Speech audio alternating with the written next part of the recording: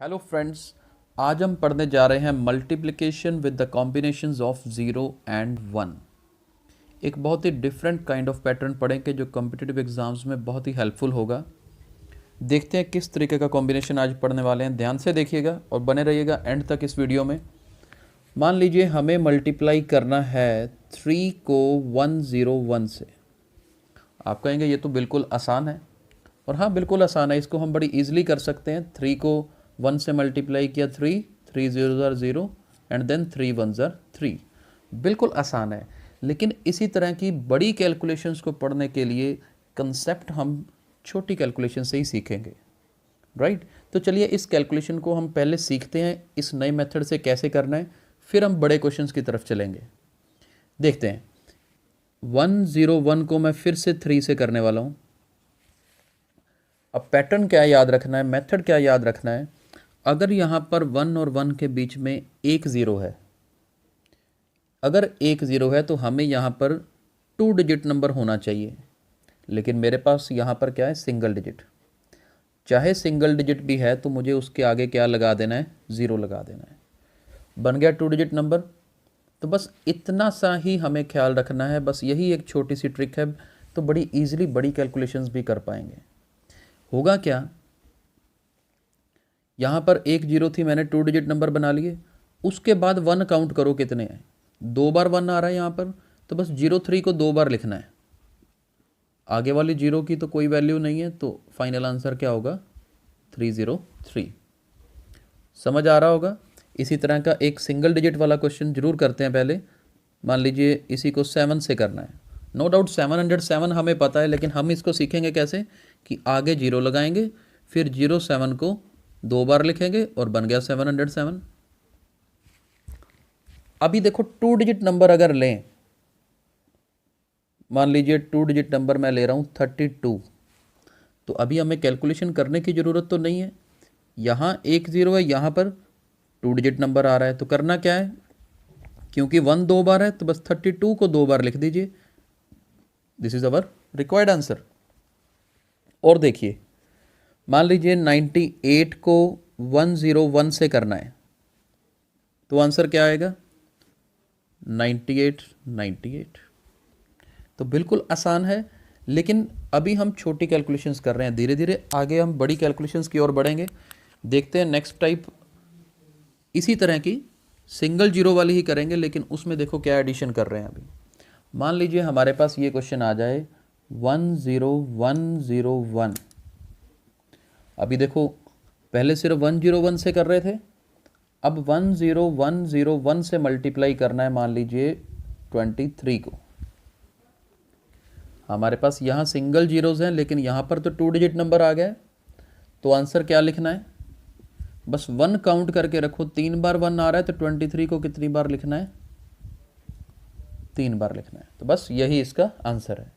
अब देखिए कितना मर्जी इसको इंक्रीज कर लीजिए, मान लीजिए हमारे पास 101010101 आ जाए और इसी को 98 से मल्टीप्लाई करना हो, तो थोड़ा सा भी टाइम लगाने की ज़रूरत नहीं है, क्योंकि कम्पिटिटिव एग्जाम्स में इतना टाइम ही नहीं होता। बस 1 काउंट करो कितने हैं, 5। 98 को कितनी बार लिखना है, 5 टाइम्स। तो ये हमारा आंसर है। आई होप ये मेथड समझ आ रहा होगा। तो चलिए अभी तो हम सिंगल जीरो की बात कर रहे हैं, लेकिन इसी को और एक्सपेंड करते हैं हमारे इस मेथड को। मान लीजिए हमारे पास आ जाता है 1001, राइट। पहले सिंगल जीरो थी, अब हम डबल जीरोज़ पे आ गए हैं। जब डबल जीरो है, क्वेश्चन तो आ सकता है सिंगल डिजिट के साथ भी, लेकिन तब हमें मेथड लगाने की ज़रूरत ही नहीं है। मैं तो यहाँ पे सीधा लिख सकते हैं 5005। और कंसेप्ट हम समझ चुके हैं।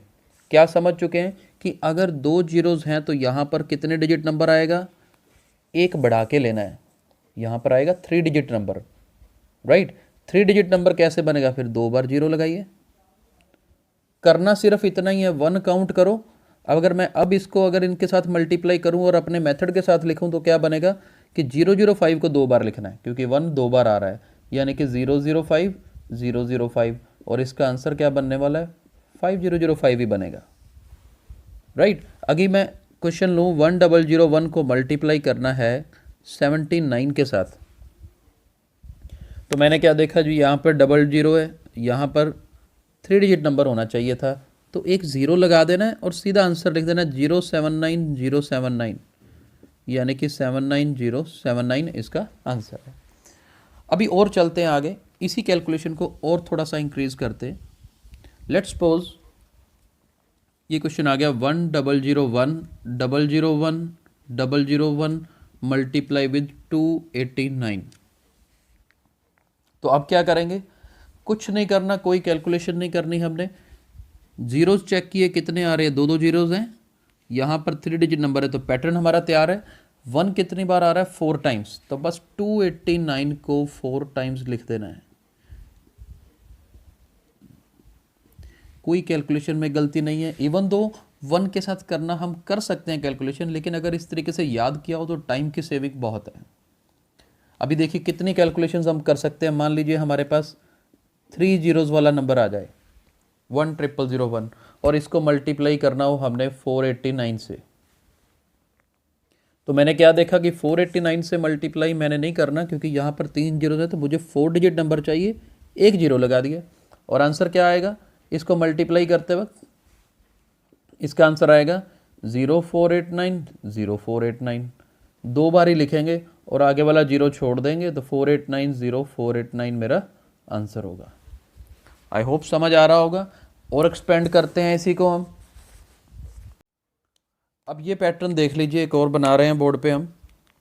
10001 और इसे अगर मल्टीप्लाई करना है 2379 से, तो हमें क्या करना है, हमारे पास कुछ करने की ज़रूरत नहीं है, क्योंकि यहाँ पर 3 जीरोज़ हैं और 4 डिजिट नंबर ऑलरेडी हमारे पास है। बस काउंटिंग करो 1 की, कितनी बार 1 आ रहा है, 4 टाइम्स, यानी कि 2379 को हमें 4 टाइम्स लिखना है। तो देखिए बिल्कुल आसान कैलकुलेशन बन जाती है इस तरीके से। तो ये पैटर्न, एक क्वेश्चन लास्ट और कर लेते हैं फटाफट। मान लीजिए हमारे पास 4987 को मल्टीप्लाई करना आ गया 10001 ओके। तो अब हमें इसका आंसर क्या होगा, 4987 4987 4987 4987 4987। देखिए बिल्कुल कैलकुलेशन करने की ज़रूरत ही नहीं है, जितने 1 इंक्रीज़ होते जाएंगे उतनी बार आपको वैल्यूज़ को रिपीट करना है। आई होप आपको आज का वीडियो बहुत पसंद आया होगा, ये कैलकुलेशन ट्रिक भी अच्छी लगी होगी। हमारे वीडियोज़ को लाइक और शेयर ज़रूर करते रहें। Thank you.